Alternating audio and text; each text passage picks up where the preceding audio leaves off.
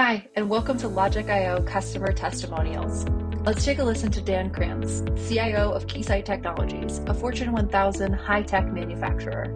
You'll hear Dan discuss why Keysight decided to partner with Logic.io to enhance their CPQ and e-commerce solutions. Hey, and by the way, I'm happy you've come out of retirement. You know, when Michael Jordan came out of retirement, he went on to win 3 more championships. And that's what you're doing here with Logic. You're winning championships. It's great to have you working with us on this because we definitely have a need. What some of the cool technology you talked about, whether that's the headless architecture, the solving engine, the commerce logic engine. What I'm going to talk to the rest of you about today is why. Why does that matter to Keysight? So to do that, I've got to unpack a little bit of, well, what is the Keysight box? What are we? Where do we come from? Where are we headed? And so it might surprise some of you to learn that we actually are the original Hewlett-Packard. So we trace our heritage back to Bill Hewlett and Dave Packard and their focus on electronic measurement products way back from the 1930s. It wasn't until the 90s that we decided to split the company and have HP continue on the computer business and everything that was not computer related become Agilent. Well, we repeated that same story in 2014 when Agilent stayed focused on life sciences solutions, and we spun off Keysight to become a standalone independent company focused on electronic measurement products. But we quickly decided that just focusing on those traditional products that we had for many years, very profitable, but not growing, we decided our focus actually is going to become a growth company, and a new strategy had to emerge to make that happen. And that strategy is concentrated around transitioning from these discrete physical hardware products to a software-centric solution strategy, one where we combine some of our leading-edge hardware and high-performance hardware with unique software combined with services bundled together and moving to the right of the value chain from not just providing hardware measurement and probes, which is still very important and critical to many of our customers, but giving more analysis and more insight and the ability for customers as they're innovating to do reporting and decision. We've even began to pivot into operations and optimizations and combining all this together. So shifting the product strategy to a solution strategy was the first change we made as we became independent in 2014. The second change we made was to think about what industries we wanted to focus on. So rather than just have a portfolio of products and then just build it and hope that everyone would come and use them, we decided let's concentrate on 6 markets. One was just general electronics as a market. Then the other 5 are listed here: commercial communications, semiconductors, automotive and energy, aerospace and defense, and then IoT. And so in these spaces, for example, commercial communications, that's everything from wireless to wired, from telecommunications to the backbones of hyperscaler cloud providers. Semiconductors, we're working with the leading edge semiconductor companies, taking us all down to the sub-nanometer transistor size. You know, we're working on 5 nanometer down to 1 nanometer and eventually past that.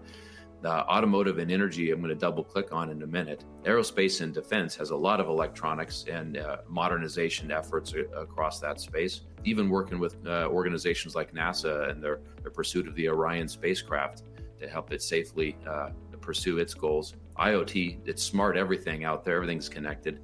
And so these are the 5 markets that we put a lot of energy into focusing on. But to illustrate the company strategy in action, let me double click on the automotive space and just in particular one segment. And by the way, automotive is one of our smaller but growing markets we focus on. But I want to illustrate why it's so important for us to be partnering with Salesforce and Logic.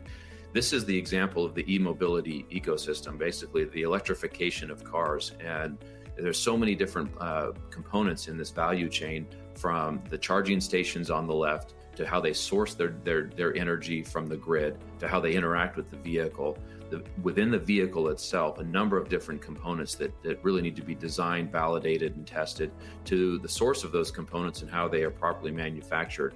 So when we look at that particular ecosystem and then we layer in and say, now what sort of problems are you as an automotive customer having, and how can we bring unique, complex products to combined with software and services to help solve your problem? And this slide illustrates around the ecosystem these various new products that we've brought to market. Each one of these products listed on this page has hundreds, if not thousands, of customer configurable options. And then when you combine that to these thousands of lines in the bill of materials for that product, the ability to dynamically configure for our sales teams, for even our customers to interact with, became an intractable problem. But just picture each one of these hundreds of options, and as customers configure and choose different standards that they would like to test and validate, choose different configurations, each one of those firing off different rules to tweak what are the different dependencies of the product. This just illustrates a handful of those products. Some of these products, by the way, are the size of a vehicle itself. Some are very small and are used within the vehicle to test. Each one of these very complicated in terms of its scope for what we needed to do. So thinking about the digital journey we are on, so that's the background of Keysight in terms of its strategy as a company. Again, moving from hardware products to software-centric solutions focused on fast-moving 5 markets for us. And when we think about our journey on the left, what we want to try to enable is a digitally enabled business outcome. We're trying to unify 2 things: the online customer experience, which really accelerated from the pandemic. We have a direct sales organization, very used to very in-person interactions, and we had to force ourselves to embrace an online customer engagement, as all of you had to embrace as well. But then internally, the operations from product development to the sales motion to the delivery of those ordered products to the ongoing service, because you don't just sell these once. They do take a lot of ongoing calibration, repair, and service to the value capture. That's an integrated value chain. We wanted to try to bring those 2 worlds together. And our previous architecture pictured on the right just was not going to scale. So this is what we inherited from Agilent when we spun off in 2014. It's very much monolithic systems in an on-prem architecture. That's not going to work for us, not going to cut it. So what we moved to was a cloud-first composable architecture. So you see the same goals on the left, those digitally enabled business outcomes, but where we're at today is one where our Oracle ERP still is the nucleus of our operation. So we still have that global monolithic system, but we've begun to skinny it down and skinny down that ERP. In particular, one of the things that we took out of the ERP was product configuration. We first started working with Chris when he was with Big Machines, and we took it out of our Oracle EBS system, partnered with Big Machines to stand up the CPQ system. And there was great excitement and enthusiasm from our sales organization, because until that point, their sales motion was show up at a customer, talk to them, take copious notes, go back, fill out an email, and send it to a configuration specialist. Because using Oracle ERP to do product configuration required like a PhD in product configuration. Days later, the sales team would finally get a quote back from those configuration specialists, days, and then say, all right, customer, is this what you were talking about?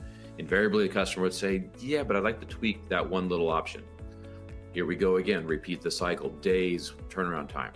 So iteration number 2 or number 1 on our cloud-first composable architecture, take the configuration logic out of our ERP, use Big Machines, and our sales team cheering like crazy. We're going to get turnaround time within hours instead of days, and great fanfare and excitement.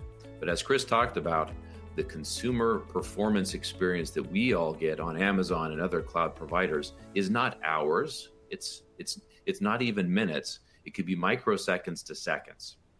And so what became a very popular solution soon became unpopular as the sales organization demanded faster and faster turnaround time on these super complex configurations. In fact, just a few months ago, I was at our annual sales event, 1,500 direct sellers from our sales organization, all gathered in Las Vegas, first time in several years. But just picture a room of 1,500 people, and they know the CIO is in the audience, and the head of sales gets up, and the first thing he announces in the keynote address is that, ladies and gentlemen, we are moving to a new configurator engine. Round of applause, everyone's cheering like crazy. We're going to get product configurations in seconds, not hours, like we've been dealing with. Amazing how productivity of the sales team is becoming so critical. So our composable architecture, the beauty of it is the ability to take pieces of it and quickly pivot and add new components to the architecture. And so that's what we did. We just went live with on our Salesforce Sales Cloud, integrated with Logic.io, and brought online the first batch of our products in the Logic Modern Configurator. So the objectives that we had was not just that sales productivity. You can see this, one of the third bullets there, driving selling productivity. And the sales team, it's fine if they think that that's what our driving force is all about, is to help them be more productive, because it is one of our goals. But we actually have a higher goal than that. We're trying to unify the online customer experience with the internal sales experience and bridge that divide, and trying to think about exposing to our customers through an e-commerce engine the complexity of our products and the complexity of configuration. In the previous platforms that we had, is never going to scale, never going to work for us.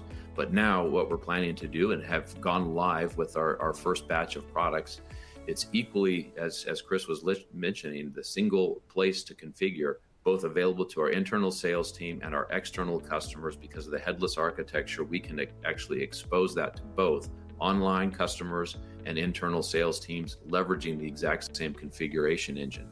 So that's what we've done, is united that. It's live at this point, with iterations to come of more products that we migrate into the Logic configuration engine. The previous state, as I was talking about, very complex, very slow. I talked a little bit about the pain points. We're live now, as I mentioned, with about 3,000 of our 9,000 products, with more to come. A lot of improvement in the user experience, both for the sales teams, but also in particular for my own team in IT. This is a amazingly more advanced system, and by advanced, not hard to use, easier to use.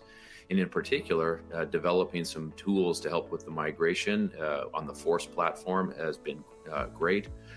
The other piece too is some of the improvements that we're making for what we call product configuration specialists. So every one of these products that we sell out of the R&D labs, there's a product configuration specialist whose job is to take all the different options and componentry and put that into the rules of the system. We have a whole group of people that have been tasked full time. That's what they do on our old configurator. And they've been trained up on this new platform.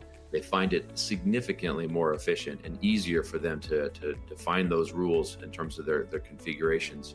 And so for them, the maintenance part that Chris was talking about, true to form, it actually is so much easier for us to maintain, that we're expecting to be able to continue to scale and grow Keysight at the pace we've been growing without having to increase that organization that continues to do the product configurations. They're going to be able to increase their productivity pretty substantially at that point. In fact, just to share some of the performance improvements that we've seen, 40% reduction in the quoting time for our sellers, and that's just without much effort to optimize the performance. Our main focus has just been transition to the new platform. And immediately we're already seeing 40% improvement for the frontline sellers that are using the system. We had not exposed our product configuration engine to our external customers because it was just too slow. It's already live and exposed, and customers are interacting with it real time.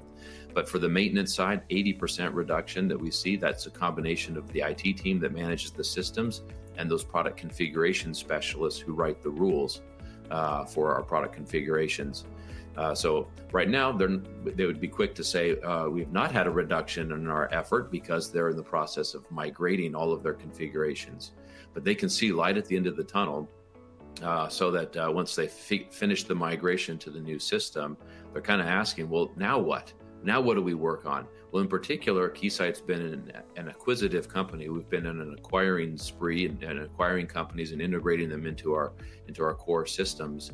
Every time we would acquire a company, these product configuration specialists would have to pause what they were working on in terms of new product introductions, pivot over to work on the complex data entry of the configurations for the acquired company's products as they moved into our architecture. Now we are able to actually continue to do new product introductions at the same time, organically, as we add more acquired companies into our portfolio. So it's just going to enable us to accelerate our growth as a company for our customers. So that's a quick snapshot, a lot that I covered in terms of our heritage, where we've been, the background we've been through, why we're working with both Salesforce and Logic that in that composable architecture, unifying the online customer experience with the internal operations to a consumer grade level of digital experience that everyone's come to expect these days, and making some progress there.